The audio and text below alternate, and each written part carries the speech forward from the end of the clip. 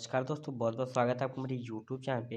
आज दोस्तों इस वीडियो में हम पढ़ने वाले मिसिंग नंबर के कुछ इंपॉर्टेंट क्वेश्चन को। यह दोस्तों मिसिंग नंबर का है जो वीडियो नंबर या 5 हो गया है। इसके पहले हमने 4 इंपॉर्टेंट यहाँ पे मिसिंग नंबर के वीडियोज अपलोड कर चुके हैं। अगर आपने उसको नहीं देखा तो उसको आप पहले देख लीजिएगा। अगर यह वीडियो दोस्तों पसंद आए तो चैनल को सब्सक्राइब कर लीजिएगा, वीडियो को लाइक कर लीजिएगा। तो चलिए दोस्तों प्रश्न को स्टार्ट करते हैं। यहाँ पे दोस्तों जो हमारे सामने पहला प्रश्न है, इसमें दोस्तों आपको एक्स का इसमें आपको मान बताना है। तो इसको किस श्रेणी में हम इसमें सोचेंगे, तो देख रहे हैं दोस्तों कि पहले अगर टर्म पे चल रहे हैं तो बीच की जो संख्या हो जा रही है वो बड़ी हो जा रही है, लेकिन नीचे के टर्म पे जैसे यहाँ पे आ जा रहे हैं यहाँ पे संख्या आपकी छोटी हो जा रही है। तो इसमें किस प्रकार से यहाँ पे जो जोड़ घटाव हम करेंगे कि यहाँ पे जो मिसिंग टर्म है यह आपको पता चल जाए। तो अगर मान लीजिए अगर मैं 263 में से 188 को ऐसे घटा दूँ, 263 माइनस 188, अगर मैं इसको घटा रहा हूँ तो 13 में से दोस्तों आपका 8 गया तो यहाँ पे कितना बच गया, 5 हो गया। और 15 में से दोस्तों यहाँ पे जब 7 जाएगा, यहाँ पे दोस्तों अब हो गया 15, 15 में से जब 8 जाएगा यहाँ पे हो जाएगा 7, यानी कि 75 हो गया। अगर दोस्तों 75 में अगर हम यहाँ से कितने से गुणा कर दें, 75 में अगर हम मैं 4 से अगर यहाँ पे गुणा कर दे रहा हूँ 4 से, तो यहाँ पे मेरा बीच का टर्म जो है 300 है, यह प्राप्त हो जा रहा है, यानी कि बीच का जो टर्म है वह प्राप्त हो जा रहा है। अब दोस्तों यही काम हम नीचे कर लेते हैं। अगर 425 में से अगर 400 को घटा रहे हैं तो यहाँ पे कितना आ जा रहा है, 25 आ जा रहा है। अगर 25 में अगर मैं 4 से गुणा कर दूँ तो यहाँ पे बीच की जो संख्या 100 हो जा रही है, मिल जा रही है।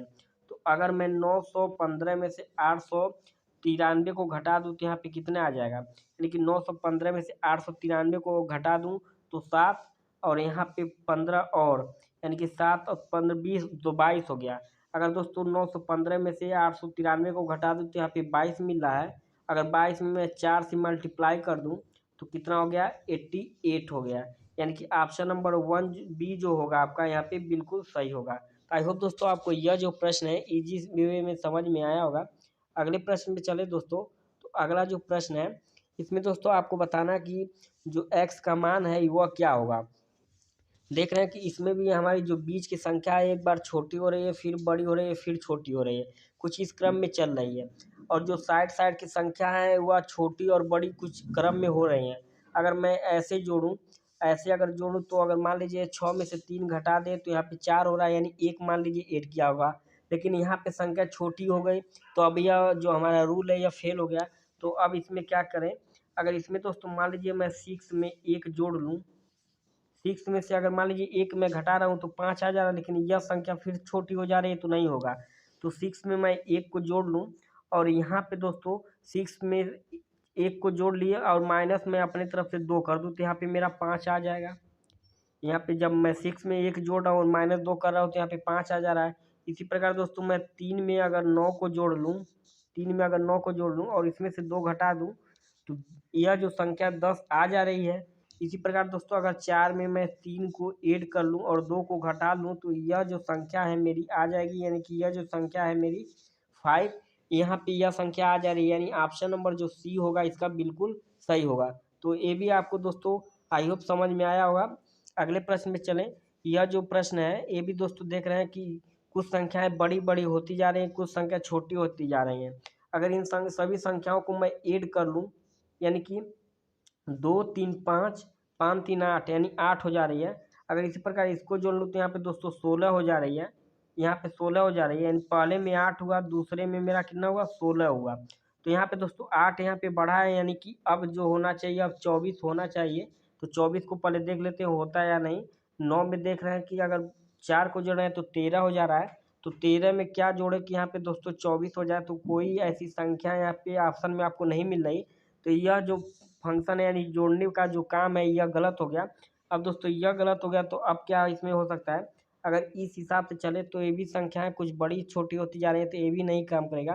लेकिन दोस्तों एक चीज़ अगर यहाँ पे पॉइंट नोट किया जाए तो देख रहे हैं कि 2 8 9, 2 8 9 को अगर यहाँ पे देखा जाए तो तीनों संख्याओं को अगर मर्ज कर लिया जाए तो 289 हो जा रही है।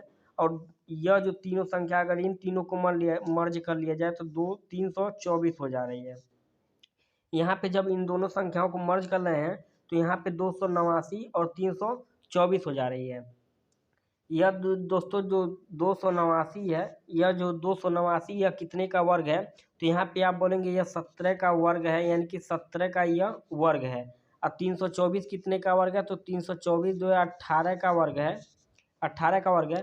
इसी प्रकार दोस्तों अब यहाँ पे अगर मैं मान लीजिए एक ऐड कर लूँ, या दोस्तों यहाँ पे देख रहे हैं सीरीज मेरा चल रहा है, 17 के बाद 18 चला, तो 18 के बाद 19 यहाँ पे चलना चाहिए। अगर 19 का अगर वर्ग मैं निकालूँ तो यहाँ पे 361 यहाँ पे 19 का वर्ग हो जाएगा।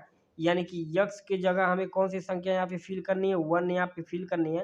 यानी ऑप्शन नंबर डी जो होगा यहाँ पे बिल्कुल इस प्रश्न का सही आंसर हो जाएगा। अगले प्रश्न में चले तो अगला जो प्रश्न है इसमें 3 ट्रायंगल दिए गए हैं और इसमें बीच के जो ट्रायंगल है इसमें आपको इसका मान आपको बताना है। तो यह तो दोस्तों बहुत ईजी वे में आपको यह समझ में आ गया होगा। अगर मान लीजिए 5 में 3 से गुणा कर ले तो 15 हो गया, 15 में 4 जोड़े तो यह दोस्तों बीच की संख्या आ जा रही है। उसी प्रकार 6 चौक को 24, 24 में 5 को ऐड कर रहे हैं तो ये बीच की संख्या 29 आ जा रही है। तो 7 पचे 35, 35 में हमने 6 जोड़ा, 7 पचे 35, 35 में हमने जब 6 जोड़ा तो कितना हो गया, 41 हो गया। यानी कि ऑप्शन नंबर जो डी है यह आपका बिल्कुल सही आंसर हो जाएगा। अगले प्रश्न में चले दोस्तों, काफ़ी इंपॉर्टेंट है। यहाँ पे दोस्तों अगर इसमें सोचा जाए तो किस प्रकार से इसको सोच सकते हैं।